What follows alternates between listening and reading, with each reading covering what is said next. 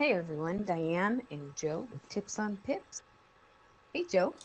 Hi, Diane. So, kind of a continuation from the last lesson that you talked about. What are we talking about today? We are going to talk about putting our initial positions on in a market, bull or bear market, and then where do we add to those? Or should we be adding to those? And how does that fit in with our emotional risk? Let's pick up where we left off last time. Now, I made a comment that experiencing all these emotions wore me out as you were talking about them. And we don't want you to go through all these emotions in a single trade. Now, No. that's because you'd make one trade, you need to rest for a couple of days. So, Yeah. this is a possibility with every trade, but how do we want to manage it? What is it going to look like when we do it correctly? So remember, when we place the trade, we're at the optimism standpoint. So let's go over to a real chart and take a look at that and see how we would deal with it.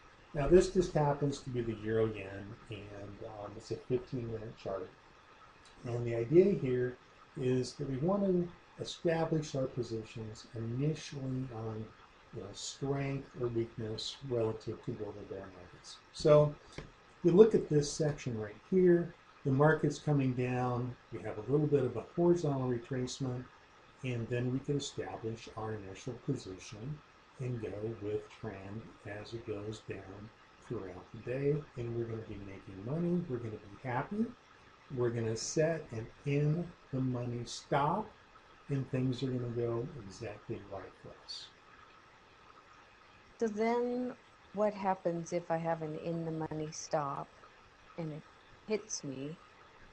How do I know that it's not just reversed or that it's really in a pullback? How do I make that? What we can do is we can really look at it, and we don't know for sure. But what we're saying here is that we're saying that when you establish your initial position, and this was a good position to go short, and let's just say we're back later in the day, we're back to this position over here on the right hand side. We decide that, gee, this is like a double top, we're going back in the original trend direction, we're going to go short here. So we take a short right here, and as it comes down, we let it come down, we put a money in the money stop, which means basically that if the market turns against us and it goes back up, that we'll just stop down, but we'll still make money. So that's a risk-free trade. Those are good. Now, it comes down, and then we have a retracement like we've been talking about it. And this is the part where you want to be adding to your trade. Additions to the trade should be added on retracements if we expect the market to keep going.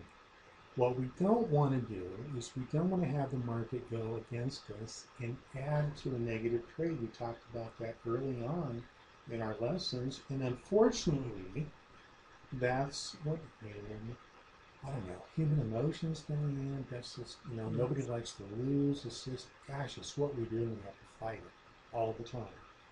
Adding to a Mhm. negative trade. We want to add to a positive trade on a pullback, and with the idea that the trade is going to continue to go further, and we have our in the money stop.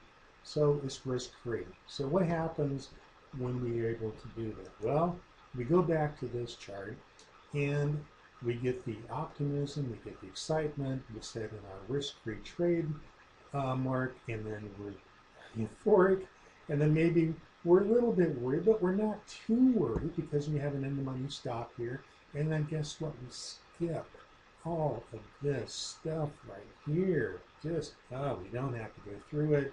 And we're this happy face guy, and we're not the sad face guy, and we're not the oh my gosh face guy. So, I just love this though. And I will say it's worth repeating that when you add to a positive trade, you already have your stop in the money for the first piece.